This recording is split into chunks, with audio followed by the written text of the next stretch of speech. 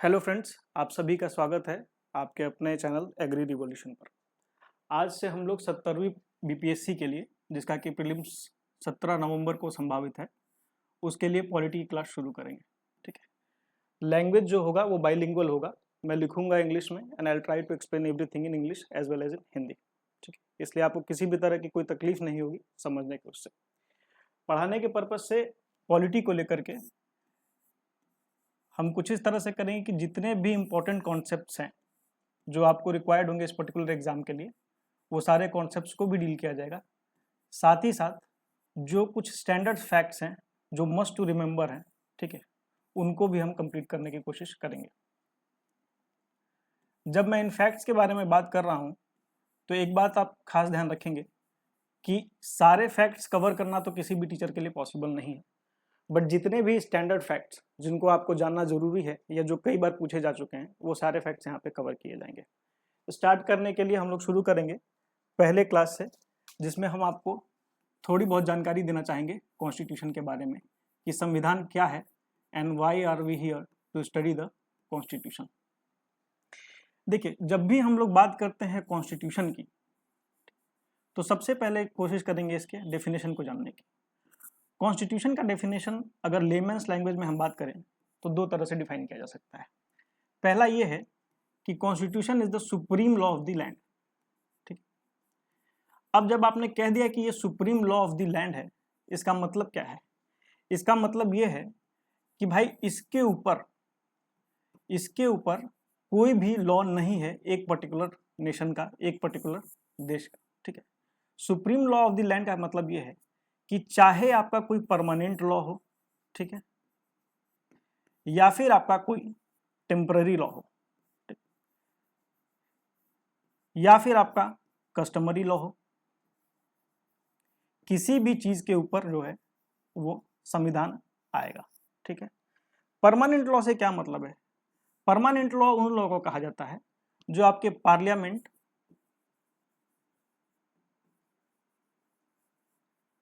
अथवा आपके state legislature के द्वारा पास किया जाए।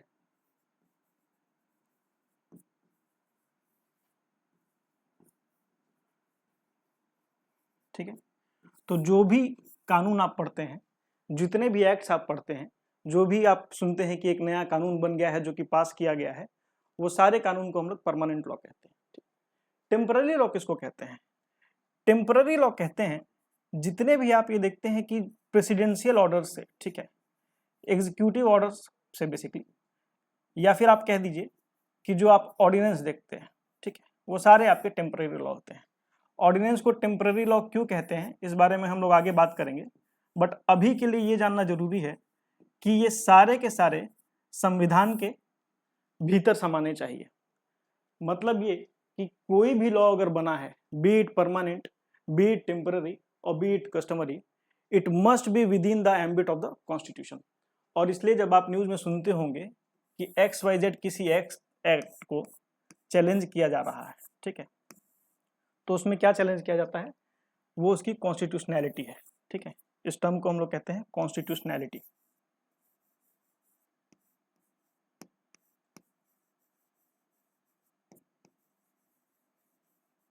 ठीक। तो ये आप याद रखेंगे कि जब भी किसी एक्ट को चैलेंज करने की बात होती है तो हम लोग ये कहते हैं कि उसके कॉन्स्टिट्यूशनैलिटी को किया गया है चैलेंज। ठीक। अब जैसे हाल फिलहाल में आपने देखा होगा कि जब NRC और CAA बिल आया था, ठीक है, which is now an act, ठीक, तो ये चैलेंज हुआ था। फॉर दैट मैटर EWS का जो रिजर्वेशन सिस्टम आया था, जो कि आपका 103 अमेंडमेंट एक्ट था, ठीक है, इसको भी चैलेंज किया गया था। ठीक। और उस वक्त जो चीज जज की गई थी वो ये थी कि क्या ये कॉन्स्टिट्यूशनल है या नहीं, ये within the ambits of the constitution है या नहीं। तो एक डेफिनेशन तो संविधान का हमने ये समझ लिया। ठीक है। Second definition of the constitution is that it is the set of fundamental rules. ठीक है।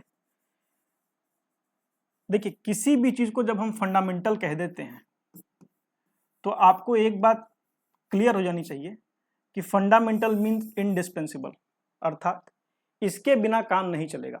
जब तक ये रूल नहीं होगा, इसके बिना कोई काम नहीं चल सकता है। ठीक है।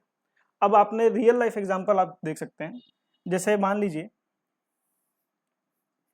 कि क्रिकेट खेल रहे हैं, ठीक है। तो क्रिकेट का फंडामेंटल रूल क्या है कि भाई एक 11 लोगों की टीम होगी, कुछ बैट्समैन होंगे, कुछ बॉलर होंगे, कुछ ऑलराउंडर होंगे, और एक ये 3 विकेट्स होती हैं, ठीक। तो this is the fundamental rule. आप कल को इंटरनेशनल क्रिकेट्स में, गली क्रिकेट की बात नहीं है, आप इंटरनेशनल क्रिकेट में ये नहीं कह सकते हैं कि ये बीच वाला डंडा जो मिडिल स्टंप है वो मैं नहीं रखूंगा, ठीक है। आप जैसे सब, अगर किसी ने साइंस साइड से पढ़ा होगा तो उन्होंने एक किताब पढ़ी होगी, फंडामेंटल ऑफ फिजिक्स, ठीक है, और वो सच में फंडामेंटल है। आप चाहे आईआईटी की तैयारी करें या ना करें, फंडामेंटल ऑफ फिजिक्स जो एस सी वर्मा सर की किताब है वो आपको पढ़नी ही पड़ती है यदि आपको 11th को पास करना है कायदे से, तो ठीक। And that is why it is the fundamental book, ठीक।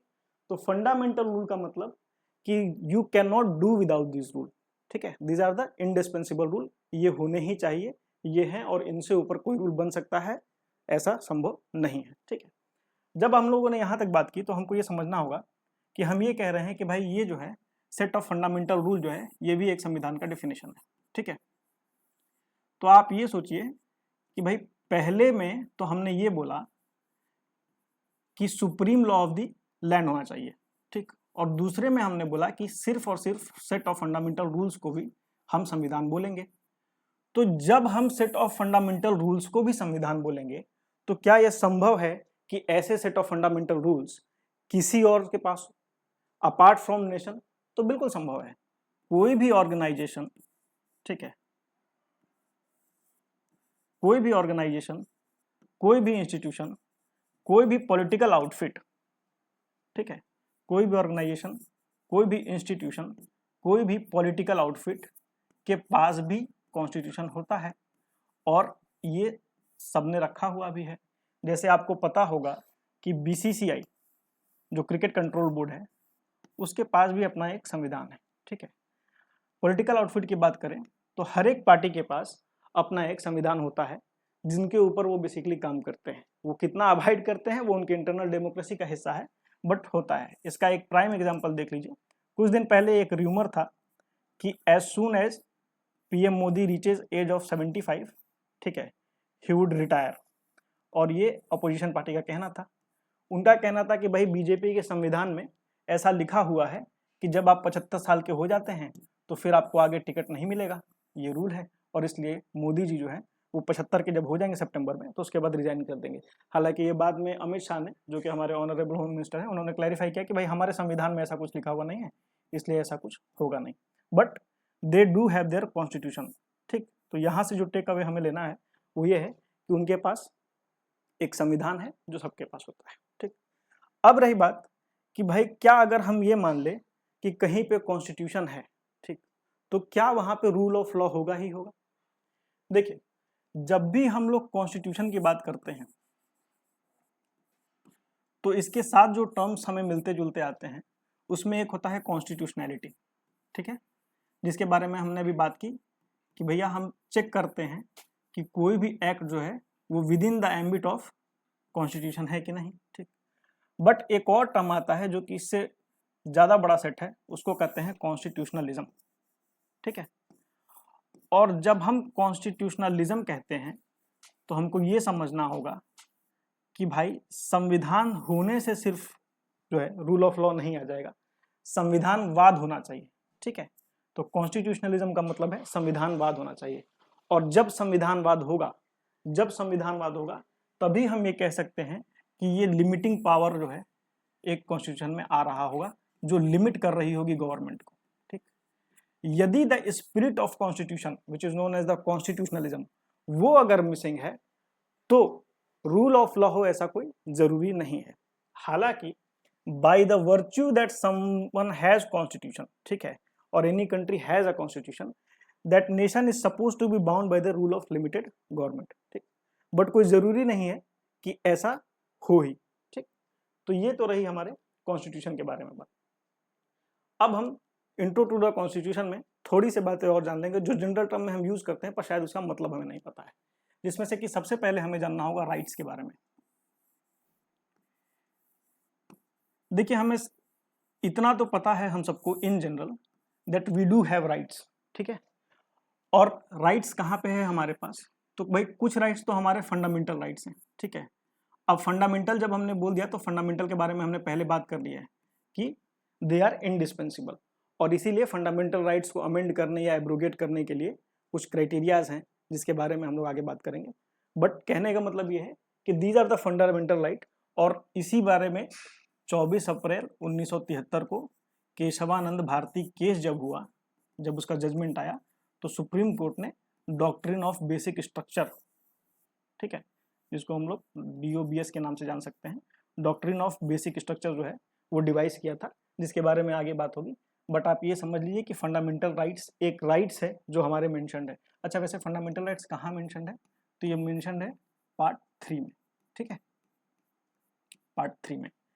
तो राइट्स के बारे में हमने जाना है कि भाई कुछ फंडामेंटल राइट्स हैं। चलिए एक बात, दूसरी बात, इसके अलावा भी हमारे पास कई सारे कॉन्स्टिट्यूशनल राइट्स हैं, ठीक है, विच आर नॉट फंडामेंटल। तो कहीं ऐसा ना हो कि एक मिसकॉन्सेप्शन सा रह जाए आपके दिल दिमाग में कि भाई अगर संविधान के अंदर कोई भी राइट्स है तो वो फंडामेंटल ही होगा। नहीं, फंडामेंटल राइट सिर्फ वही होंगे जो पार्ट 3 में है। इसके अलावा हमारे पास कॉन्स्टिट्यूशनल राइट है, जैसे राइट टू वोट के बारे में जब हम लोग बात करते हैं, जो कि आपको आर्टिकल 326 के तहत मिलता है, ठीक है, which is basically universal adult suffrage, ठीक है, यूनिवर्सल एडल्ट सफरेज 326 के तहत मिलता है। इसमें क्या है कि जो लोग भी 18 से ऊपर हैं आप उनको वोट करने का हक देते हैं, ठीक। तो क्या ये हमारा फंडामेंटल राइट है? ये हमारा फंडामेंटल राइट नहीं है, ठीक। और इसीलिए आप देखते होंगे कि राइट टू वोट को कई बार जब कर्टेल किया जाता है, ठीक है, say that person is in lockup, ठीक है, या फिर वो जेल में है, जुडिशियल कस्टडी में है, ठीक है, there is a difference between lockup and a jail, ठीक है। ये जरूरी तो नहीं है कॉन्स्टिट्यूशन के उससे जानने के लिए, बट इन जनरल जान लेना चाहिए क्योंकि आप लोग फ्यूचर ब्यूरोक्रेट्स हैं। देखिए, लॉकअप का मतलब होता है पुलिस कस्टडी, ठीक है, जब आपको पुलिस पकड़ के ले जाती है, जिसको आप हिंदी में हाजत के नाम से जानते होंगे, तो जब वो आपको अपने पुलिस थाने में बंद रखती है ना, दैट इज लॉकअप, ठीक, उसको हम लोग लॉकअप कहते हैं। और जेल का मतलब है when you are in the judicial custody. तो लॉकअप और जेल में ट्रांजिशन कैसे होता है, जब आप पढ़ेंगे आगे फंडामेंटल राइट्स, तो उसमें बताया जाएगा कि आपके पास एक हक है, वो कहता है कि भैया 24 घंटे के अंदर, ठीक है, 24 आवर्स के अंदर बाय डिफॉल्ट पुलिस क्या है, पुलिस को कंपल्सन है कि आपको एक मैजिस्ट्रेट के सामने पेश करे, ठीक है। और ये कौन सा मैजिस्ट्रेट होता है? ये होता है judicial magistrate, not the executive magistrate, ठीक है। जुडिशियल मैजिस्ट्रेट के सामने आपको प्रस्तुत किया जाता है and then you get the remand, ठीक, तब वहां पे आपका रिमांड जो है वो दिया जाता है और उसके बाद आपको जेल भेजा जाता है, ठीक है। तो ये एक छोटी सी बात है जो आप जान लीजिए। खैर, अब रही यूनिवर्सल एडल्ट सफरेज के बारे में जो बात हो रही थी कि भैया universal adult suffrage fundamental right नहीं है, इसलिए आप सुप्रीम कोर्ट जाके ये नहीं बोल सकते हैं कि मैं जेल में हूं लेकिन फिर भी मुझे वोट डालने दिया जाए क्योंकि मेरा फंडामेंटल राइट का हनन हो रहा है।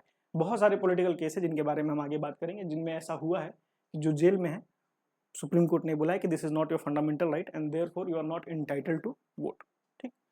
तो ये तो रही राइट्स की बात जो हमारे कॉन्स्टिट्यूशन में है, ठीक है। अब अगर हम बोले कि भैया इसका जनरल डेफिनेशन क्या हो सकता है, राइट्स बेसिकली है क्या, तो देखिए राइट्स जो है ना वो ऑब्लिगेशन अपॉन द स्टेट होता है, ठीक है।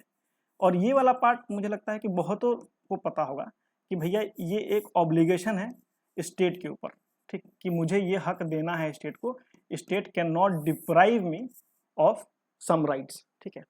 But let us appreciate the fact that rights are also obligation upon the citizen. अब आपको लग रहा होगा कि ये हमारे ऊपर कैसे ऑब्लिगेशन है, ये तो हमारा राइट है, ठीक है, तो हमारे ऊपर किस तरह का प्रतिबंध था? ये तो हमें ऐसा होना चाहिए कि भाई हमें राइट्स मिली है and we have to exercise it, but ये ऑब्लिगेशन अपॉन सिटीजन में भी आएगा। ये ऑब्लिगेशन अपॉन सिटीजन में क्यों आएगा, इसको आप इस तरह से समझें। लेट अस से कि दो लोग हैं एक्स और वाई, ठीक है, और दोनों के पास राइट्स है। अब दोनों के पास राइट्स है, दोनों को संविधान से राइट मिला हुआ है और दोनों अपने राइट को एक्सरसाइज कर रहे हैं। बट अगर ऐसा हो जाए कि वाई जो है वो हिंड्रेंस क्रिएट करने लगे एक्स के एक्सरसाइज ऑफ राइट्स में, ठीक, तो वो क्या होगा? दैट वुड बी अनकॉन्स्टिट्यूशनल, ठीक है, वो संविधान अलाउ नहीं करेगा।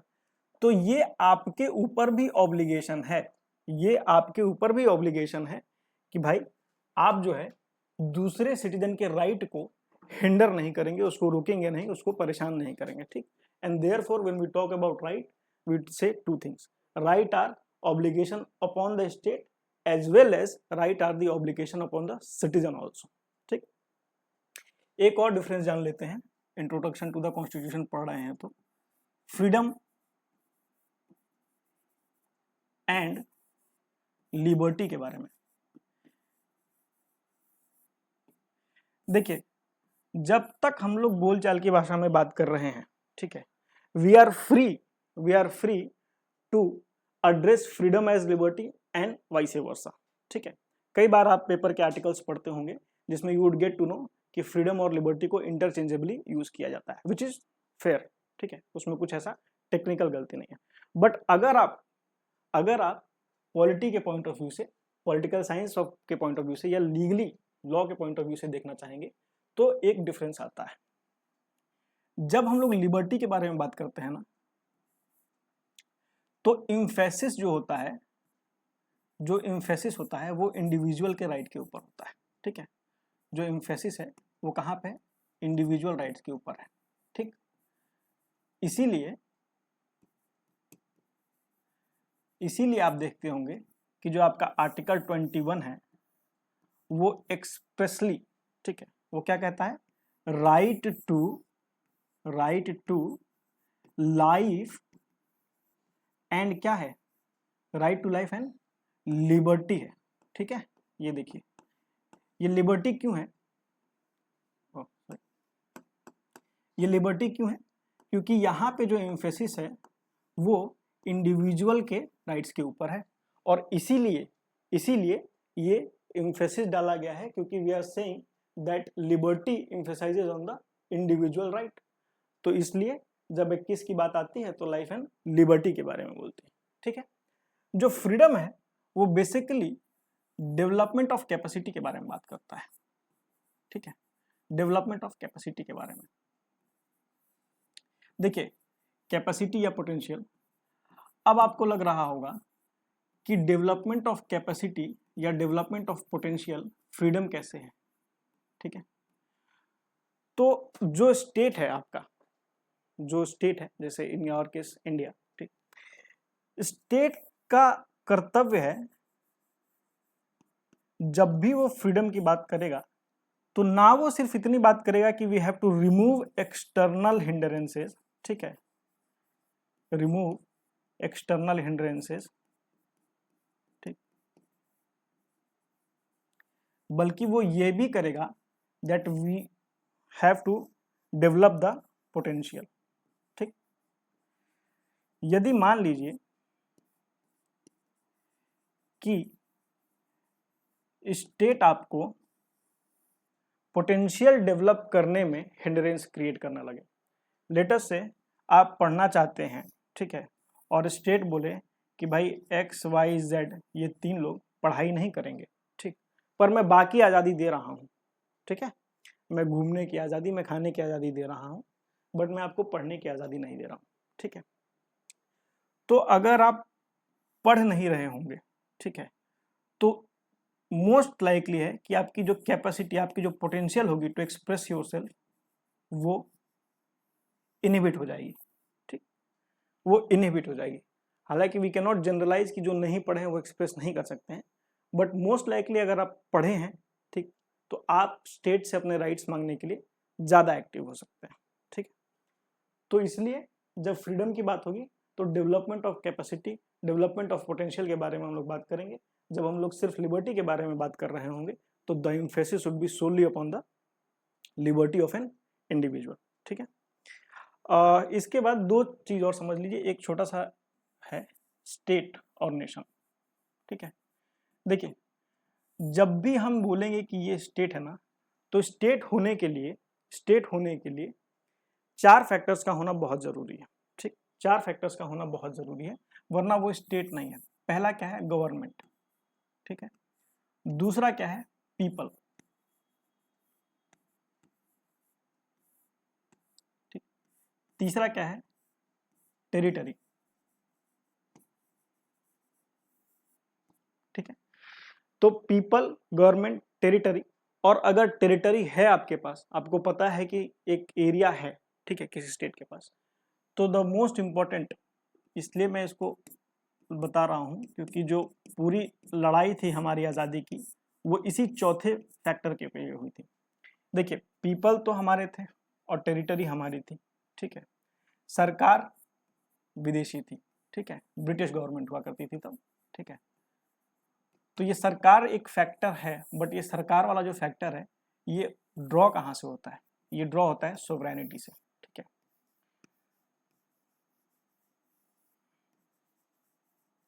और जब भी हम बोलते हैं कि सोवरेनिटी, तो इसका मतलब क्लियर है कि हम लोग ये कहना चाह रहे हैं कि द कंप्लीट अथॉरिटी, ठीक है, जिसको हम लोग फुल ऑटोनॉमी के नाम से जानते हैं, वो होना बेहद जरूरी है। ओके, तो ये है स्टेट की बात, ठीक है। इसी तरह जब हम लोग कहते हैं नेशन के बारे में, तो आप याद रखिएगा, कभी भी यदि नेशन होगा, ठीक है, कभी भी यदि हम किसी चीज को बोलेंगे कि ये नेशन है, तो उसमें जो लोग होंगे, जो जिन लोगों को मिलाकर के नेशन बनाने की बात कही जा रही होगी, या जो लोग होंगे, they must have common language, ठीक है। अब आपको लग रहा होगा कि इंडिया में कॉमन लैंग्वेज तो नहीं है, कई सारे अलग लैंग्वेज हैं, ठीक, तो क्या इंडिया नेशन नहीं है? देखिए, this is one of the criteria, okay, ये क्राइटेरिया में से एक है, they must have common language, but apart from the what they must have is they must also have common history, common culture, ठीक है। तो कॉमन हिस्ट्री, कॉमन कल्चर और एक कॉमन जियोग्राफी, ठीक है। तो ये कॉमन जियोग्राफी है, ये कॉमन हिस्ट्री है और ये कॉमन कल्चर है, ठीक। और इसलिए हम लोग बहुत पहले से एक नेशन है, ठीक। कॉमन लैंग्वेज का मतलब वन लैंग्वेज नहीं होता है, इस बात को ध्यान रखिएगा, ठीक है। Common language does not constitute to the meaning or does not tantamount to the meaning of having one language, okay. चलिए, अब हम लोग शुरू करेंगे कोर बीपीएससी के हिसाब से। ये इंट्रोडक्शन टू द कॉन्स्टिट्यूशन आपको इसलिए बताया गया ताकि अवेयर रहें आप कुछ बातों को लेकर के। उसमें शायद एक बात मैं कस्टमरी लॉ का शायद एग्जांपल देना भूल गया था आपको, which is also like beneath the ambit of the constitution, ठीक है, क्योंकि कॉन्स्टिट्यूशन सुप्रीम है। तो जब हम बोलेंगे कि भाई कस्टमरी लॉ जो है, क्या ये भी कॉन्स्टिट्यूशन के अंदर ही आना चाहिए? तो जी हाँ, ये भी कॉन्स्टिट्यूशन के अंदर ही आना चाहिए, ठीक है। और जब हम लोग कस्टमरी लॉ के बारे में बात करेंगे तो आपको रिसेंट टाइम में बहुत सारे एग्जांपल्स देखने को मिल जाएंगे। जैसा कि आपको पता होगा, एक सबरीमाला का केस हुआ था, ठीक है। Sabarimala is a deity, is a lord, ठीक है, फॉलोड इन द हिंदुइज्म, ठीक। तो सबरीमाला में जो हुआ था, वहां पे एक कस्टम था, once the women they have achieved the age of menopause, उसके बाद ही they were allowed to enter the premises of the temple, ठीक। बट फिर सबरीमाला वाले केस में सुप्रीम कोर्ट ने इसको चेंज किया था। उसी तरह आप देखते होंगे कि ट्रिपल तलाक, ठीक है। तो जब आप देख रहे हैं ट्रिपल तलाक, तो आपको ये पता है कि भाई ये कस्टम था, ठीक है, ये एक कस्टम था, ये एक रीत थी जो चली आ रही थी, दैट इफ यू इटरेट तलाक 3 times, ठीक है, it was assumed or it was rather you can say कि it was concrete that the तलाक had happened, ठीक। तो इसको अभी सरकार ने बंद कर दिया, ठीक। ये भी एग्जांपल है आपको कस्टम का। फॉर दैट मैटर अभी एक केस चल रहा है जो सुप्रीम कोर्ट के लार्जर बेंच में गया हुआ है, ठीक है, विच रिलेट्स टू निकाह हलाला। ये भी एक कस्टम है, इसलिए ये भी एक कस्टमरी लॉ का एग्जाम्पल बनता है, और इसके खिलाफ जो है larger bench of the supreme court, उसमें बातें चल रही है। निकाह हलाला क्या है, इसके बारे में when we speak about article 12-13, जहाँ पे लॉ के बारे में बात करेंगे, वहाँ मैं डिटेल्स आपको बता दूंगा, ठीक है। तो अब हम लोग शुरू करेंगे हार्डकोर बीपीएससी। हार्डकोर बीपीएससी कहने का मतलब ये है कि अब हम लोग फैक्ट्स देखेंगे, अब हम लोग वो कॉन्सेप्ट देखेंगे जो बीपीएससी में जनरली पूछा जाएगा। This was the concept which might not be asked directly in the BPSC, but it is much needed to understand the essence of polity, ठीक है। शुरू करते हैं हम लोग मेकिंग ऑफ द कॉन्स्टिट्यूशन से, ठीक। देखिए, एक आपको हिस्टोरिकल अंडरपिनिंग करके चैप्टर मिलेगा हर जगह, और उस चैप्टर को we will not take as of now, ठीक। उस चैप्टर को जब मैं आपको मॉडर्न हिस्ट्री पढ़ा रहा हूँ तो वहाँ पढ़ाऊंगा। रीजन बीइंग, क्योंकि अगर अभी आप उस चैप्टर को पढ़ेंगे तो आपको वो चैप्टर पूरी तरह से याद करना पड़ेगा, रटना पड़ेगा, ठीक। आप उसके बिट्स एंड पीसेस को, जो बिल्डिंग ब्लॉक्स हैं, उनको कोरिलेट नहीं कर पाएंगे। और जब आप वो चैप्टर मॉडर्न हिस्ट्री में पढ़ेंगे, जब हम पूरा हिस्ट्री पढ़ चुके होंगे मॉडर्न का, ठीक है, तो क्या होगा कि आपको समझ में आएगा कि बड़ा लॉजिकल सा है कि अच्छा ठीक है, ये हुआ होगा, इसके बाद ही ऐसा होना संभव है, ठीक है। तो अभी हम लोग बात करते हैं मेकिंग ऑफ द कॉन्स्टिट्यूशन के बारे में, ठीक।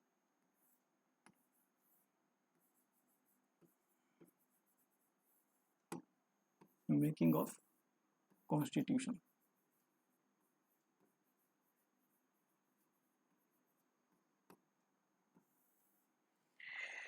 देखिए, सबसे पहले ये समझना होगा कि भाई कॉन्स्टिट्यूशन की डिमांड कब से शुरू हुई अपने देश में, ठीक है। तो हम लोग ये चार्ट बना सकते हैं और इसको आप याद रखेंगे। 1934 में पहली बार डिमांड ऑफ कॉन्स्टिट्यूशन आया और इंडिविजुअली ये किसने किया? एम.एन. रॉय ने, ठीक है। एम.एन. रॉय साहब कौन थे? He was basically a socialist और you can say even a communist, ठीक है। हालांकि इन्होंने कई बार अपना थिंकिंग जो अलाइनमेंट है वो चेंज किया है। पहले ये इंडियन नेशनल कांग्रेस का भी हिस्सा रहे, बाद में ये सोशलिस्ट पार्टी में भी गए और in fact he was invited to by Lenin, ठीक है। तो इन्होंने सबसे पहले, एंड इनका अगर थॉट प्रोसेस आप पूछे तो रेडिकल ह्यूमनिज्म जो है इनका खुद का एक स्कूल ऑफ थॉट है, ठीक है। तो 1934 में पहली बार एम.एन. रॉय ने पर्सनली, इंडिविजुअली डिमांड किया कि that there should be a constitution, जिसको लेकर के हम लोग को आगे बढ़ना चाहिए, ठीक है। अगर हम पार्टी फ्रंट से पूछे तो there was this party known as Swaraj party, ठीक है। और स्वराज पार्टी ने भी 1934 में ही ये डिमांड रखी कि भैया एक संविधान तो होना ही चाहिए, ठीक है। स्वराज पार्टी ने डिमांड रखी कि एक संविधान होना चाहिए, ठीक है। अगर हम लोग बात करें इंडियन नेशनल कांग्रेस के बारे में, तो इंडियन नेशनल कांग्रेस ने 1935 में ये डिमांड, ठीक, या इस बात के बारे में बात की कि भाई there should be a constitution, ठीक है। फिर क्या हुआ? 1938 आया।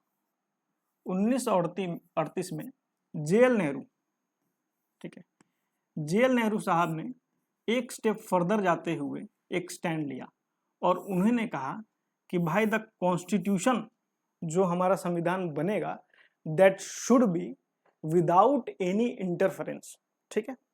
उसमें और कोई भी इंटरफेरेंस नहीं होना चाहिए बाहरी। It should be mainly and purely device by the Indians, ठीक है। जब हम लोग यहाँ 1938 में नेहरू जी के बारे में पढ़ रहे हैं तो इट बिकम्स ऑब्वियस कि थोड़ा सा 10 साल पीछे जाके देख ले क्या हुआ था। क्यों? क्योंकि 38 और 28 में एक रिलेशन है। देखिए, 28 में एम.एल. नेहरू की रिपोर्ट आई थी, मोतीलाल नेहरू, ठीक है। तो दोनों नेहरू अलग अलग हैं। जो नेहरू रिपोर्ट के बारे में बात करते हैं that is basically ML. Nehru, Motilal Nehru की report, and not of Jawaharlal Nehru. Jawaharlal Nehru back then was treated as a younger leaders, ठीक है। और इनफैक्ट जवाहरलाल नेहरू ने अग्री भी नहीं किया था इस रिपोर्ट से, ठीक। गांधी जी के समझाने के बाद जो यंगर एलिमेंट्स थे like Jawaharlal Nehru and Subhash Bose, they agreed कि ठीक है डोमिनियन स्टेटस के बारे में बात कर लेते हैं, 1 साल का मौका दे देते हैं, but apart from that they he did not agree, ठीक है। तो यहाँ पे क्या मांगा गया था? यहाँ पे हमने मांग लिया था डोमिनियन स्टेटस, ठीक है। तो ये बात है 1928 की, ओके।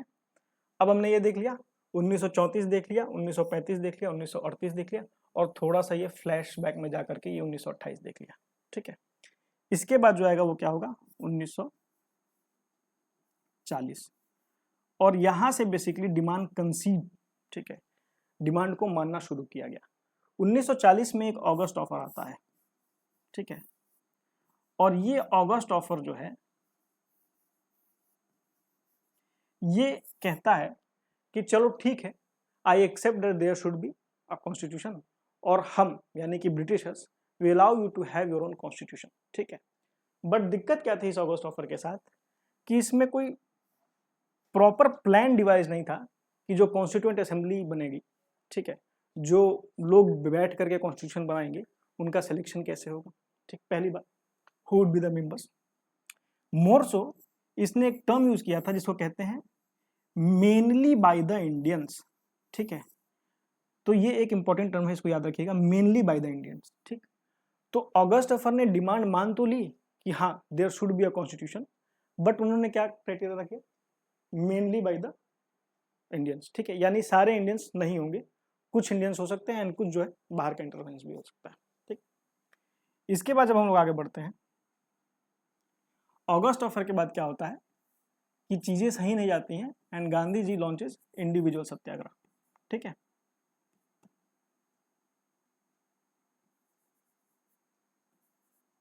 इंडिविजुअल सत्याग्रह, अब इंडिविजुअल सत्याग्रह का मेकिंग ऑफ द कॉन्स्टिट्यूशन वाले पर्टिकुलर पार्ट से एम्फेसिस नहीं है, बट आप जान लीजिए क्योंकि ये हुआ था और मॉडर्न हिस्ट्री में we will be dealing about it in detail, ठीक है। तो इंडिविजुअल सत्याग्रह होता है और इंडिविजुअल सत्याग्रह में इन जनरल कई बार ये सवाल पूछ दिया जाता है कि पहला, दूसरा, तीसरा कौन था, तो फर्स्ट वाज विनोबा भावे, ठीक है, second was JL Nehru and third was Brahmadatt, ठीक है। अब इसके बाद आता है 1942। 1942 में आता है क्रिप्स मिशन।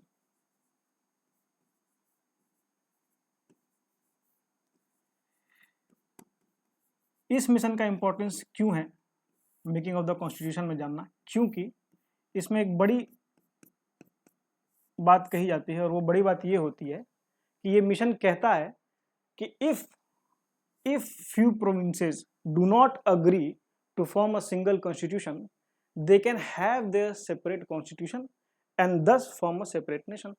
इसका मतलब ये कहता है कि अगर आप सभी पूरे इंडियंस एक संविधान पर एग्री नहीं कर पाते हैं तो ये क्रिप्स मिशन बेसिकली अलाउ करता है कि कुछ लोग अगर 2, 4, 5, 10 प्रोविंसेस मिल करके या 2 या 1 भी प्रोविंस अगर कहता है कि भाई I do not agree, I do not subscribe to this constitution, तो वो अपना अलग कॉन्स्टिट्यूशन बढ़ा सकता है, ठीक है। इसलिए अगर आपको कभी ऐसा सवाल पूछ दे कि विच कमीशन और which act can be called as the blue print of Indian partition, ठीक है, तो blue print of Indian partition Cripps mission था, ठीक। इसको याद रखिएगा, ये सवाल कई बार आ भी चुका है और ये most likely to come each and every year वाले सवालों में से एक है, ठीक है। तो blue print of Indian partition Cripps mission था। उसके बाद फिर वेवेल प्लान आता है जिसमें पर्टिकुलरली यहाँ पे जानने की कोई ज़रूरत नहीं है, we will deal about it in modern history. अब आइए कॉन्स्टिट्यूएंट असेंबली कैसे बनी, तो कैबिनेट मिशन प्लान आया। कॉन्स्टिट्यूएंट असेंबली कैसे बनी, तो कैबिनेट मिशन प्लान आया 1946 में, ठीक है। कैबिनेट मिशन के बारे में डिटेल में जानते हैं हम लोग। देखिए 1946 में कैबिनेट मिशन आया, ठीक है, कैबिनेट मिशन प्लान आता है। कैबिनेट मिशन प्लान क्या करता है, दो चीज़ों की परवानगी यानी परमिशन देता है। क्या कहता है, कहता है fair enough you form a provisional और रेदर से इंटरिम गवर्नमेंट, ठीक है, ये एक अंतरिम सरकार बनाने की हमें इजाज़त देता है और ये कह देता है कि ठीक है you form a constituent assembly with purely Indians, ठीक है। जब मैं प्योरली वर्ड पे एम्फेसाइज कर रहा हूं तो आपको क्लिक करना चाहिए कि अगस्त ऑफर में हमने बात की थी मेनली इंडियंस की, ठीक है, तो ये डिफरेंस है, इसको ध्यान रखेंगे। अगस्त ऑफर क्या कहता है, constituent assembly constituting of mainly Indians, और कैबिनेट मिशन प्लान क्या कहता है, ओनली इंडियंस। दोनों में काफी फर्क है, ठीक है। मेनली में आपको और भी कोई शामिल हो सकता था जो संविधान बनाता हमारा, बट कैबिनेट मिशन प्लान में दे सीसीड टू आवर डिमांड कि भाई ये प्लान जो है सिर्फ और सिर्फ इंडियंस के द्वारा ही बनाया जाना चाहिए, ठीक है। तो यहाँ पे ये कहता है कि okay go head and form a constituent assembly, ठीक। इंटरिम गवर्नमेंट की जब बात आएगी तो कुछ तारीखें याद रख लीजिए। 2 सितंबर को 1946 को ये गवर्नमेंट जो है फॉर्म हो जाती है, ठीक है। गवर्नमेंट फॉर्म हो जाती है, JL नेहरू साहब जो थे, जो हमारे बाद में फर्स्ट प्राइम मिनिस्टर बने, उनको यहाँ पे जो डिजिग्नेशन होता है वो वाइस प्रेसिडेंट का होता है, ठीक है, vice president of this executive council, ठीक है। सरदार पटेल साहब को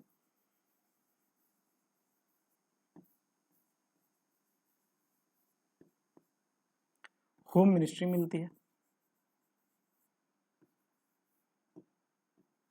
ठीक है। बहुत लोगों को बहुत सारे पोर्टफोलियो मिलते हैं, बट बीपीएससी के हिसाब से जो जरूरी है वो बता देता हूँ आपको। चूंकि हमारे बिहार से बिलोंग करते थे राजेंद्र प्रसाद, ठीक है, इनफैक्ट डॉक्टर राजेंद्र प्रसाद होना चाहिए, डॉक्टर राजेंद्र प्रसाद, ठीक है। तो इनको फूड एंड एग्रीकल्चर मिनिस्ट्री मिलती है, ये याद रख लीजिए, चूंकि ये बिहार के थे तो हो सकता है कि आपसे कभी ये सवाल पूछ दिया जाए, ठीक। बिहार के एक और बड़े नामी नेता थे जो इसमें शामिल हुए थे, जिनको हम लोग कहते हैं बाबू जगजीवन राम, ठीक है। ये बाबू सम्मान और प्यार के साथ इनको यहाँ लोकल नेम दिया गया था, ठीक है। इनफैक्ट इट वाज बाबू जी, ठीक है, बट शॉर्ट फॉर्म में लोग बाबू बोलते हैं, बाबू जगजीवन राम, ठीक है।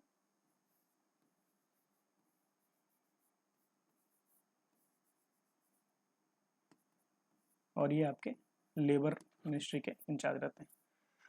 अब चूंकि हम बाबू जगजीवन राम के बारे में बात कर रहे हैं तो थोड़ा सा मैं आपको एक ट्रिवियल इन्फॉर्मेशन दे रहा हूँ। देखिए, जो जगजीवन राम साहब थे अपने, बाबू जगजीवन राम साहब, इन्होंने डायरेक्टली चैलेंज कर दिया था इंदिरा गांधी को ड्यूरिंग द इमरजेंसी, ठीक है। और उसके पहले भी ये बड़ा दिक्कत कर चुके थे इंदिरा गांधी के लिए, और एक समय ऐसा आ गया था जब इंदिरा गांधी इनको काउंटर करने के लिए, क्योंकि इमरजेंसी के दौर के समय में जब सरकारें तंग चल रही थी और जब व्यवस्थाएं इस तरह की हो गई थी, तो जब इन्होंने डायरेक्ट चैलेंज किया तो इनका मास अपील इतना ज़्यादा था कि लोग जो है इनकी बात मानने लगे थे, ठीक है। और इंदिरा गांधी को इनको काउंटर करना था। तो जब इंदिरा गांधी को काउंटर करना था, ठीक है, तो उन्होंने क्या किया, इन्होंने बेसिकली जगजीवन राम साहब ने इन्होंने संडे के दिन एक सभा बुलाई थी, संडे के दिन एक सभा बुलाई, और ये हुआ कि भाई I will address the citizens, ठीक है। तो इंदिरा गांधी जी ने क्या किया, संडे के दिन, उस वक्त सिर्फ दूरदर्शन का चैनल आया करता था अपने यहाँ, ठीक है, उन्होंने संडे के दिन नई नई पिक्चर आई थी बॉबी, वो पिक्चर चलवा दी, ठीक है। बॉबी मूवी आई थी एंड ऋषि कपूर या कोई शायद उसमें एक्टर है, ठीक है। बॉबी मूवी आई थी, और जनरली दूरदर्शन पे नई पिक्चरें तब नहीं आया करती थी, इतनी नहीं तो बिल्कुल भी नहीं आया करती थी। तो एक डिबेट हो गया बॉबी वर्सेस बाबू का, ठीक है, कि बॉबी वर्सेस बाबू में कौन जीतेगा। और आश्चर्य की बात यह है कि उस वक्त पॉलिटिकल एक्यूमेन इतना ज़्यादा था लोगों का, ठीक है, कि उन्होंने बॉबी पिक्चर को छोड़ दिया और बाबू श्री जगजीवन राम जी जीत गए, क्योंकि सारे लोग जो है उनके उस सभा में सुनने गए, और उनका जो स्पीच था जो रेडियो पे चल रहा था वो बहुत वायरल हुआ, ठीक है। ये एक छोटे से इन्फॉर्मेशन दे देना था, और यही बाद में आप इनको थोड़ा सा और कोरिलेट कर लीजिए, बाद में सब कुछ ठीक चल रहा था तो he would have become prime minister of India, ठीक है। पर इनके सुपुत्र थे जो किसी स्कैंडल में फंस गए, और उस वजह से इनको कॉम्प्रोमाइजिंग पोजीशन में आना पड़ गया, ठीक है। हालांकि बाद में पहली महिला दलित स्पीकर लोकसभा की, ठीक है, वुमेन दलित स्पीकर लोकसभा की हमारे ही राज्य से हैं, उनका नाम है मीरा कुमार, ये आप लोग को पता भी होगा, ठीक। तो ये रही जगजीवन राम के बारे में बातें। हम लोग बात कर रहे थे कि पोर्टफोलियो में बिहार के राजेंद्र प्रसाद और जगजीवन राम के बारे में बात हो गई है। एक बात जो बता देना चाहता हूँ वो ये है कि आपको एक नाम दिखेगा, JN मंडल, ठीक है। देखिए, होता क्या है कि हम लोग एक प्री कंसीव्ड नोशन से काम करते हैं, दिमाग में जो बातें पहले से भरी रहती हैं, अक्सर क्या होता है कि हम लोग उसी बातों को बिना किसी प्रोसेस के और उसी हिसाब से चलना शुरू कर देते हैं। तो जब आप JN मंडल नाम देखेंगे तो आपको शायद ये भ्रांति हो सकती है कि भैया it is obviously it is not a Muslim name, ठीक है। और आपके दिमाग में ये बात हो सकती है कि भैया जितने भी लोग थे मुस्लिम लीग के वो सारे मुस्लिम ही होंगे, ठीक।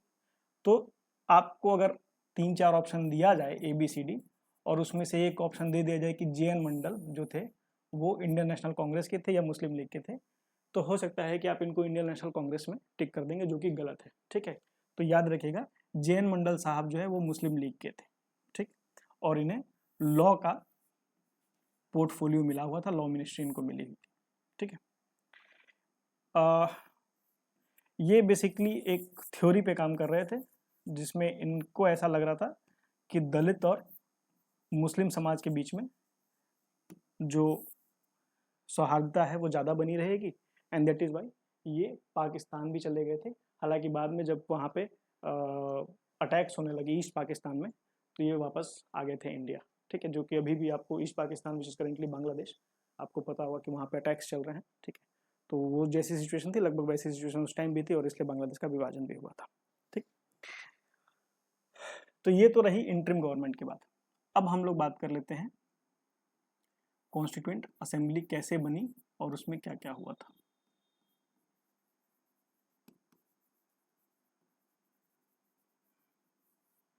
अच्छा, कॉन्स्टिट्यूएंट असेंबली बनी किससे अगर सवाल आएगा तो सिंपल है, CMP that is cabinet mission plan of 1946 के तहत बनी, ठीक है।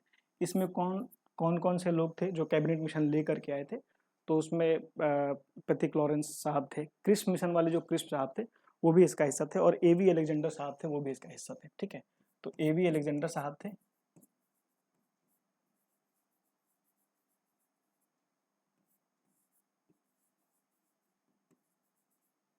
प्रतीक लॉरेंस साहब थे,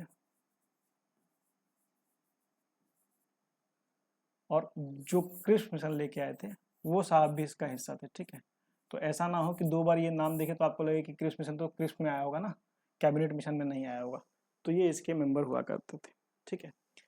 अब इसके थोड़े फीचर समझ लेते हैं। देखिए, इन्होंने कहा था कि भैया प्रत्येक 10 लाख जनसंख्या पे मैं एक रिप्रेजेंटेटिव चुनने की आपको आज़ादी देता हूँ, ठीक, जो कि आज भी है, ठीक है। आज भी हमारे कॉन्स्टिट्यूशन में जो डिलिमिटेशन की जब हम बात करते हैं, जब हम बात करते हैं कि सीटों का बंटवारा कैसे होगा, किस राज्य में कितनी विधानसभा सीटें होंगी, कितनी लोकसभा सीटें होंगी, तो ये सब कुछ पॉपुलेशन पे ही डिपेंड करता है, ठीक। आज भी जब डिलिमिटेशन होता है हर सेंसस के बाद, तो पॉपुलेशन के आधार पर ही होता है।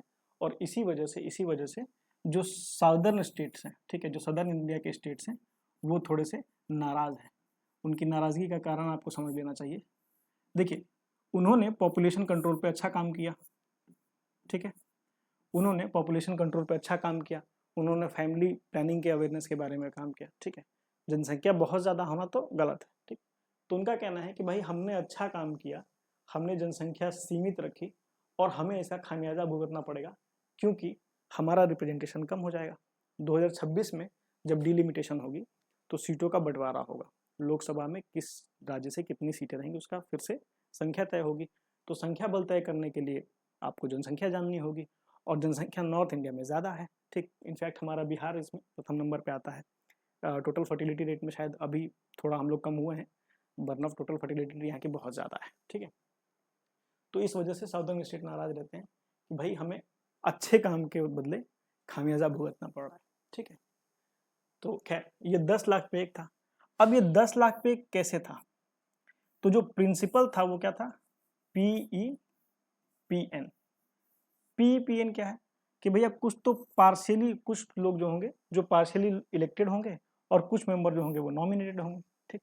अब रही बात कि भैया कितने इलेक्टेड और कितने नॉमिनेटेड होंगे, तो देखिए 296 ये एक फिगर है, ठीक है, और एक 93 वाला जो फिगर है ये प्रिंसली स्टेट से आता है, ठीक है।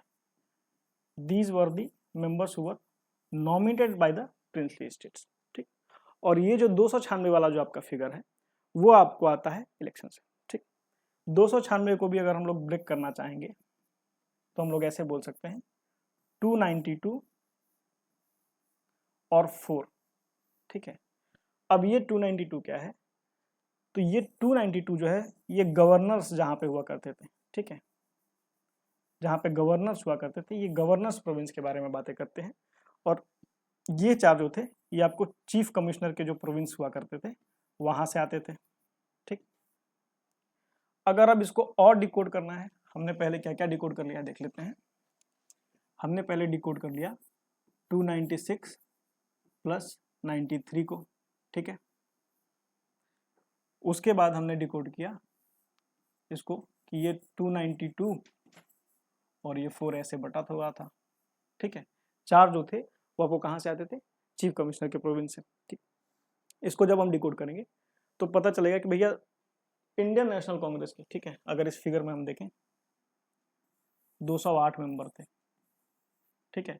208 मेंबर जो आए थे वो कहाँ से आए थे? इंडियन नेशनल कांग्रेस से आए थे, ठीक, इस 292 के फिगर में। बाकी 73 और 15, ठीक है, 73 जो थे वो आपको मुस्लिम लीग से आए थे और 15 जो थे वो इंडिपेंडेंट आए थे, ठीक है। तो आप एक यहाँ पे ऑब्जर्वेशन भी ड्रॉ कर सकते हैं कि गेटिंग इलेक्टेड इंडिपेंडेंटली ये हमारे देश में काफ़ी पहले से है, ठीक। तो कई बार आपको लगता होगा कि कोई इंडिपेंडेंट चुनाव लड़ा है तो जीत की थोड़ी सी जो है आशंकाएं जो है कम रहती हैं कि भाई जीतेंगे या नहीं जीतेंगे, बट ये शुरू से है और लोग जीतते आ रहे हैं, ठीक है।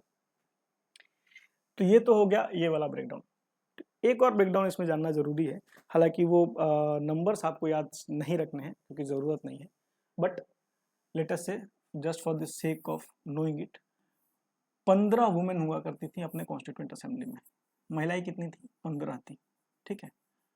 तो 15 महिलाओं का नाम याद रखना कोई ऐसा ज़रूरी तो नहीं महसूस होता है क्योंकि ये बहुत फैक्चुअल सवाल है और ये आने की संभावना कम है, बट लेटेस्ट से गलती से अगर हमें किसी ने पूछ दिया तो 3-4 नाम हम याद रख सकते हैं ताकि एलिमिनेशन के समय हमें अच्छा। इसमें देखिए एक नाम आता है विजय लक्ष्मी पंडित का, ठीक है। अब ये नाम क्यों आता है ये मैं बता देता हूँ।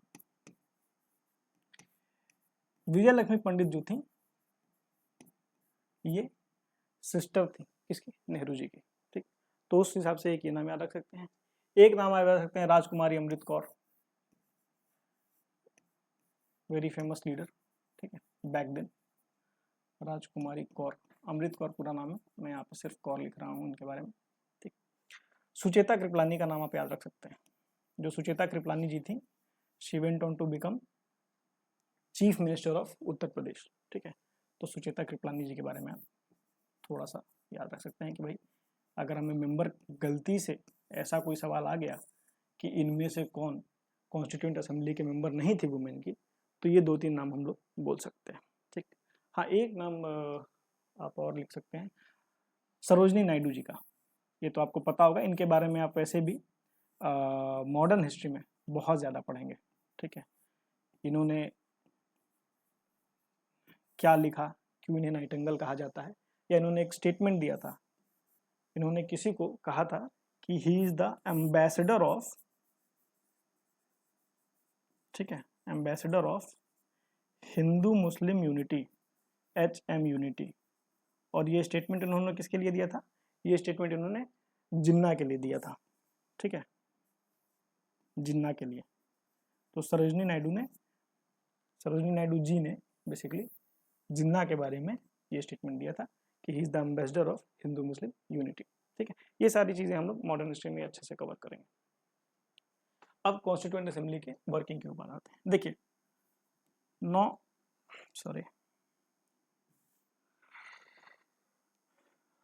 9 दिसंबर 1946 को पहली मीटिंग होती है, ठीक है, कॉन्स्टिट्यूएंट असेंबली की। पहली मीटिंग में मुस्लिम लीग ने बायकॉट किया था, ठीक। जो पहली मीटिंग हुई थी उसमें मुस्लिम लीग ने बायकॉट किया था, और बायकॉट का रीजन बड़ा सिंपल था, because they were not agree to the, हालांकि बाद में वो शामिल हो गए थे, बट पहली मीटिंग में उन्होंने बायकॉट किया था, ठीक है। तो पहली मीटिंग में आने वालों की संख्या कुछ करीब 207 वाट के आसपास थी। ये फिगर आपको याद नहीं रखना है, ठीक है। ऐसा नहीं है कि मैं जो सारे फिगर लिख रहा हूँ वो याद करना है। You are trying to become a bureaucrat, ठीक है, नॉट अ क्लर्क। तो फिगर्स पे उतना ध्यान मत दीजिएगा, दिस आर नॉट नीडेड, ठीक। बस मैं बताने के पर्पज से बता दे रहा हूँ आपको, ठीक है। तो पहली मीटिंग हुई, और पहली मीटिंग में एक और काम हुआ। यहाँ पे भी बिहार का एक एंगल आपको मिलेगा, ठीक है। और ये बिहार का एंगल आपको क्या मिलेगा? सच्चिदानंद सिन्हा जी को, ठीक है, सच्चिदानंद सिन्हा जी को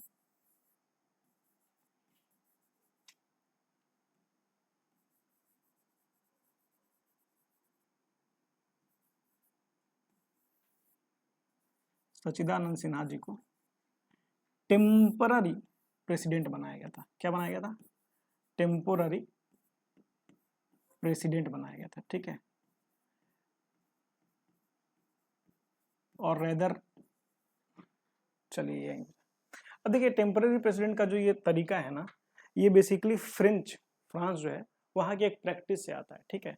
इसमें क्या कहा जाता है कि भैया किसी भी हाउस में, ठीक है, किसी भी हाउस में जो भी सबसे सीनियर मोस्ट होगा, आप क्या करेंगे कि आप उसको पोस्ट दे देंगे। और ये प्रैक्टिस आपको कहाँ फॉलो की जाती है? ये प्रैक्टिस आज की डेट में आपको प्रोटम स्पीकर, जब हम लोग बात करते हैं कि नई लोकसभा बनी है, ठीक है, और एक प्रोटम स्पीकर होंगे जो सबको सदस्यता दिलाएंगे, जो सबको बोलेंगे कि भाई आप आइए और अपना ओथ ग्रहण कीजिए, ठीक। तो यही फ्रेंच प्रैक्टिस को फॉलो किया जाता है। अब ये इस बार न्यूज़ में क्यों है? क्योंकि इस बार जब लोकसभा गठित होने को आई तो प्रोटम स्पीकर में ये जो ट्रेडिशन है इसको फॉलो नहीं किया गया था, ठीक है। तो देयरफॉर ये भी अभी आपको न्यूज़ में था, ठीक। तो ये तो हो गई 9 दिसंबर की बात। 9 दिसंबर के बाद वापस से 11 दिसंबर को ये हुआ कि भाई ये तो टेम्पररी थे, ठीक, अब हमको चाहिए परमानेंट, ठीक। तो परमानेंट कौन बना? परमानेंट फिर से देखिए बिहार का एंगल आ जाएगा, राजेंद्र बाबू, ठीक है, डॉक्टर राजेंद्र प्रसाद, इनको बनाया गया, ठीक है। अच्छा, और इनका नाम किसने प्रपोज किया था? इनका नाम प्रपोज किया था जेबी कृपलानी साहब ने, ठीक, जेबी कृपलानी साहब ने। इनके बारे में आप जब पढ़ेंगे मॉडर्न हिस्ट्री में, ठीक है, तो आपको एक दो कथन इनके बड़े इंपॉर्टेंट है, ठीक है, जिसमें से कि एक कथन ऐसा है कि इन बूढ़े हाथों से मैं तुम्हें आशीर्वाद देता हूँ, तो दैट बिलोंग्स टू जेबी कृपलानी साहब। इन्होंने ही इनका नाम प्रपोज किया और ये चुने गए। अच्छा, ये कैसे चुने गए? सेकंड सेशन में यूनानिमस। यूनानिमस मतलब जब आप कहते हैं यूनानिमसली किसी को चुन लिया गया, तो इसका मतलब होता है कि कोई भी विद्रोह नहीं हुआ, कोई इनके खिलाफ खड़ा नहीं हुआ, और ये यूनानिमसली चुन लिए गए थे, ठीक है। एक इसी दौरान वाइस प्रेसिडेंट को भी चुना गया था, ठीक है। वाइस प्रेसिडेंट में एससी मुखर्जी साहब को चुना गया था, और आगे जाकर के आपको एक और वाइस प्रेसिडेंट देखने को मिलेंगे। हालांकि वाइस प्रेसिडेंट से पहले अगर आप जैसे यहाँ पे आपने टेम्पररी प्रेसिडेंट के बारे में बात की, तो बहुत ज़्यादा इम्पोर्टेंट तो महसूस नहीं होता है, बट फिर भी अगर टेम्पररी वाइस प्रेसिडेंट आपको जानना हो तो उनका नाम फ्रैंक एंथनी था, ठीक है। तो ये आप लिख सकते हैं, याद कर सकते हैं, if you feel like it's worth it, ठीक है। फ्रैंक एंथनी उनका नाम था। ये हो गई 11 तारीख की बात। अब 9 तारीख 11 तारीख के बाद आती है 13 तारीख। 13 दिसंबर को क्या हुआ? 13 दिसंबर 1946 को जेएल नेहरू साहब ने ऑब्जेक्टिव रिवॉल्यूशन प्रस्तुत किया, ठीक है। ये ऑब्जेक्टिव रिजोल्यूशन ये बताने के लिए था कि हमारा ऑब्जेक्ट या हमारा पर्पस ऑफ द कॉन्स्टिट्यूशन क्या होना चाहिए, यानी कि हम किस तरह के संविधान के बारे में सोच रहे हैं, हमारा जो संविधान जो हम गढ़ने वाले हैं अब सब कोई मिलकर के, वो किस तरह होना चाहिए। This was the objective. और यही ऑब्जेक्टिव रिजोल्यूशन जो है आपको बाद में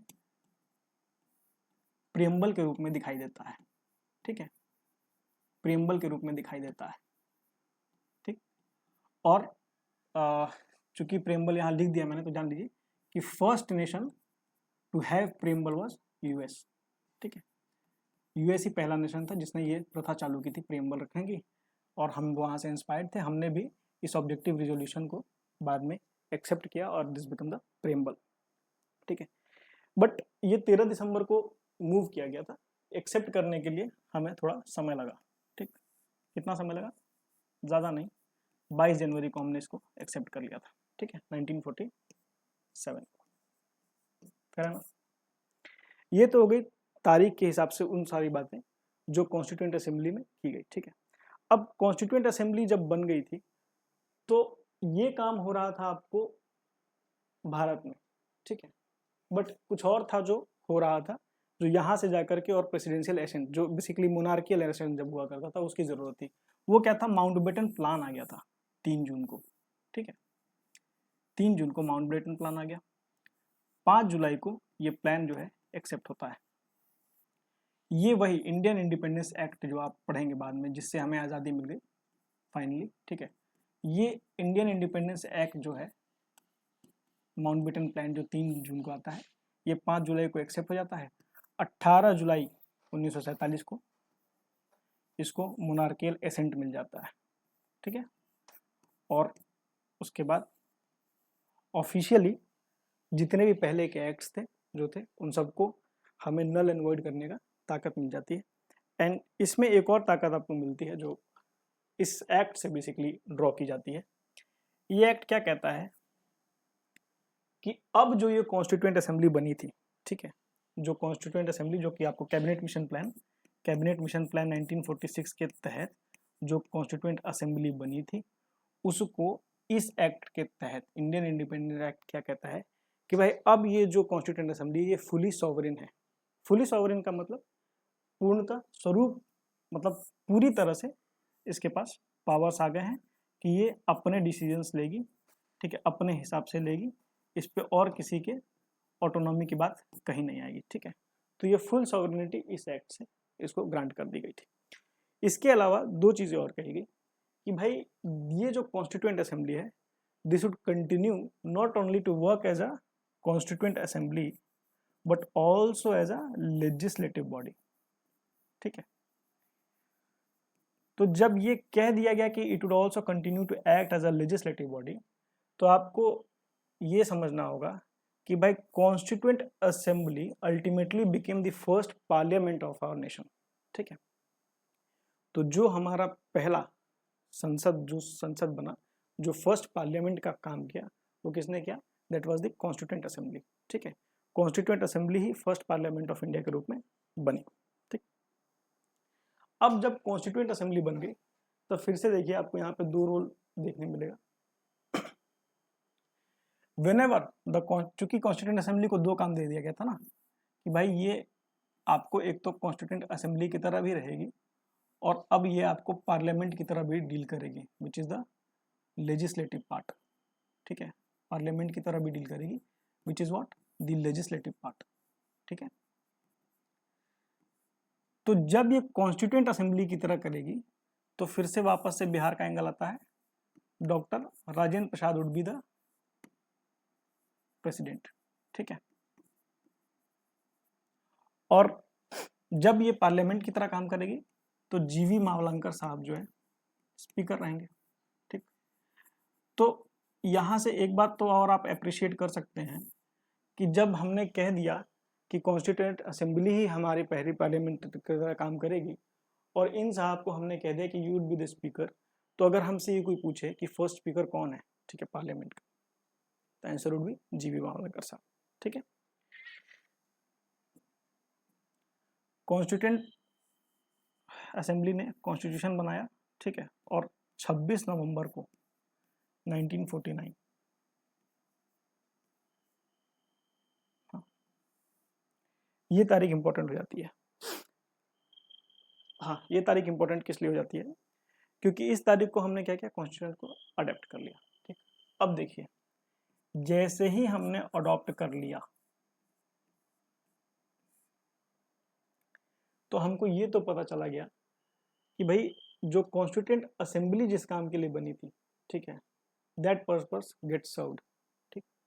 तो अगर ये सवाल पूछे कि कॉन्स्टिट्यूएंट असेंबली ने दोनों कार्य यानी as a constituent assembly as well as a parliament कब तक किया, तो दोनों कार्य इसने सिर्फ 1949 तक किया था, ठीक है। बट अगर सवाल ये पूछे कि भैया इसने पार्लियामेंट की तरह कब तक काम किया, ठीक है, तो यही कॉन्स्टिट्यूएंट असेंबली जब तक हमारा फर्स्ट इलेक्शन नहीं हो गया था, ठीक है, 51-52 तक, तब तक ये पार्लियामेंट की तरह भी काम कर रही थी, ठीक। तो यहां से आपको ये पता चल जाता है, ओके। एक और ट्रिवियल सा फैक्ट है जो कई बार पूछ लिया जाता है, कितने दिन चले, तो 2 साल 11 महीने और 18 दिन, ठीक है। टोटल नंबर ऑफ सेशंस यदि आपसे कोई पूछ ले तो इट वुड बी 11+1, ठीक है। 11 सेशन हुए थे जहाँ डिस्कशन हुआ था और ये एक हुआ था जिसमें उन्होंने आकर के साइन किए थे सारे सिग्नेटरी ने, एंड दैट इट गॉट, ठीक है। ये जो सिग्नेचर वाला सेशन था ये आपको 24 जनवरी 1950 को हुआ था, ठीक। उस दिन और भी कुछ काम हुए थे। देखिए 26 नवंबर को हमने अडॉप्ट कर लिया और 26 जनवरी को 1950 को हमने इसको इनैक्ट या इम्प्लीमेंट कर दिया, ठीक है। इनैक्ट कह दीजिए या इम्प्लीमेंट कह दीजिए, वो कर लिया, ठीक। तो इसके पहले 26 जनवरी से 2 दिन पहले ये साइन हुआ, ठीक, और 2 ही दिन पहले एक और काम हुआ, ठीक है। क्या काम हुआ? 2 दिन पहले ये काम होता है कि वापस से राजेंद्र प्रसाद को, जो कि अभी तक सिर्फ कॉन्स्टिट्यूएंट असेंबली के प्रेसिडेंट के रूप में थे, ठीक है, उनको ये कहा जाता है कि he would be the first president of India, ठीक है। तो फर्स्ट प्रेसिडेंट ऑफ इंडिया चुनने का काम जो सिस्टम हमें अभी दिखता है उसके पहले लिया गया था, ठीक है। और इट मेक सेंस ऑल्सो, क्योंकि अगर 26 तारीख को हमारा संविधान जिसे हम एक्सेप्ट कर रहे थे और इनैक्ट करने वाले थे, अगर ये इनैक्ट हो जाता तो फिर हमें प्रेसिडेंट उस तरीके से चुनना पड़ता जो कि आज का मेथड है, यानी जब सारे इलेक्शंस हो जाते, ठीक है, राज्यसभा में अलग से वोटिंग होती, हर स्टेट में अलग से वोटिंग होती, जितने भी इलेक्टेड मेंबर हैं, जो इलेक्टोरल कॉलेज के बारे में जब हम पढ़ेंगे तो हमें पता चलेगा, वो सारे लोग इसमें आते, ठीक है। तो इसके लिए ये 24 तारीख को ये काम हो गया, ठीक। अब हम लोग थोड़ा जानना चाहेंगे कि हाँ, बहरहाल ये 26 जनवरी 1950 से पहले भी कुछ ऐसे प्रोविजंस थे, कुछ ऐसे आर्टिकल्स थे जो ऑलरेडी इम्प्लीमेंटेड थे, ठीक है। तो ये जो आर्टिकल्स थे इनके बारे में अगर हम जानना चाहें कि भाई ये ऐसा क्यों होता है, देखिए बड़ी सिंपल सी बात है। कुछ चीज़ों की हमें सख्त ज़रूरत थी, जिनके लिए हम पार्लियामेंट, जिनके लिए हम ये वेट नहीं कर सकते कि कॉन्स्टिट्यूशन जब अडेप्ट हो जाएगा तभी हम आगे बढ़ेंगे, ठीक है। और ये क्यों ज़रूरत थी, क्योंकि आपको पता है कि हमारे देश का पार्टीशन हुआ था, ठीक है। और जब हमारे देश का पार्टीशन हुआ था, तो हमें कुछ चीज़ें चाहिए थी जो बाय डिफ़ॉल्ट होनी चाहिए थी हमारे पास। क्या? उसमें से एक चीज़ आती है कि भाई सिटीजनशिप, जो आपको आर्टिकल 5 वगैरह में, ठीक है, कि सिटीजनशिप के साथ तो पक्का ही डील कर लेना था पहले, ठीक। तो आर्टिकल 5 या फिर जो इलेक्शन वाले आर्टिकल्स हैं 324 ऑनवर्ड्स जो भी आपको आएंगे, ठीक है, ये सारे आर्टिकल्स जो है पहले ही एक्सेप्ट कर लिए गए, ठीक। और रीज़न सिंपल है, क्योंकि हमें उस वक्त चाहिए था कि कुछ प्रोविजंस हमें पहले डील कर लें। हम एक पार्टीशन, हम एक ऐसे नेशन बनने जा रहे थे जिसमें there was blood bath during that time, और उसको रोक करके हमें इधर काम भी करना था, ठीक है। तो इसलिए ये चीज़ें हमने पहले डील कर ली थी, ठीक है। जब ये हो रहा था, जब ये सारी चीज़ें हो रही थी, तो हमारे पास कुछ कमिटीज़ बनी थी कॉन्स्टिट्यूएंट असेंबली को लेकर के, ठीक, जो पर्टिकुलरली डील कर रही थी कि हमें किस एस्पेक्ट्स में सामान को करना है, ठीक। उसमें देख लीजिए मेजर कमिटीज़ भी थी कुछ और कुछ माइनर भी थी। सारे कमिटीज़ याद करने की कोई ज़रूरत नहीं है, बट कुछ इंपॉर्टेंट कमिटीज़ हैं। जैसे देखिए स्टेट का पावर, ठीक है, स्टेट पावर या कह लीजिए कॉन्स्टिट्यूशन, ठीक, ये कमिटी जे.एल. नेहरू साहब के पास थी, ठीक है। लेकिन जब हम बात करते हैं प्रोविंस के कॉन्स्टिट्यूशन की,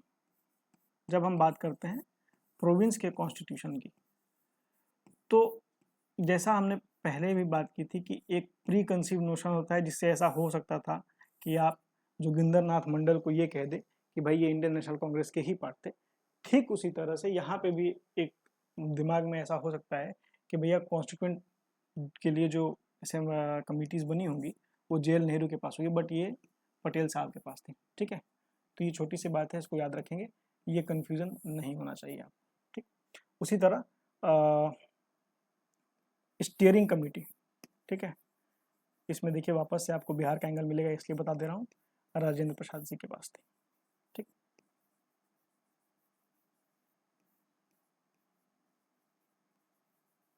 इनफैक्ट आपको एक और कमेटी इनके पास थी which is not so important but flag committee, ठीक है। अच्छा, फ्लैग कमेटी की जब बात करते हैं तो थोड़ा कन्फ्यूज़न शायद हो सकता है। देखिए एक फ्लैग कमेटी थी जो आपको कराची सेशन के दौरान बनी थी, ठीक है, जब इंडियन नेशनल कांग्रेस का कराची सेशन हो रहा था तो उस वक्त भी एक फ्लैग कमेटी बनी थी, ठीक है। और वो फ्लैग कमेटी सरदार पटेल के पास थी, ठीक है, वल्लभ भाई पटेल साहब के पास थी वो, ठीक। तो यदि सवाल में ऐसा रहे कि फ्लैग कमेटी 1930 कराची सेशन वाला 31 वाला, तब तो सरदार पटेल आंसर होगा। लेकिन अगर ये रहे कि भाई कॉन्स्टिट्यूएंट असेंबली वाली जो फ्लैग कमेटी थी वो किसके पास थी, तो उसका आंसर राजेंद्र प्रसाद होगा, ठीक है। यूनियन पावर, यूनियन कॉन्स्टिट्यूशन हमने समझ लिया है, तो माफ कीजिएगा ये यूनियन पावर लिखना था, ठीक है। यूनियन पावर और यूनियन कॉन्स्टिट्यूशन हमने समझ लिया है, और हमने प्रोविंस के कॉन्स्टिट्यूशन का भी समझ लिया है कि ये किसके पास है, ठीक है, तो ये हो गया आपका कॉन्स्टिट्यूएंट असेंबली का।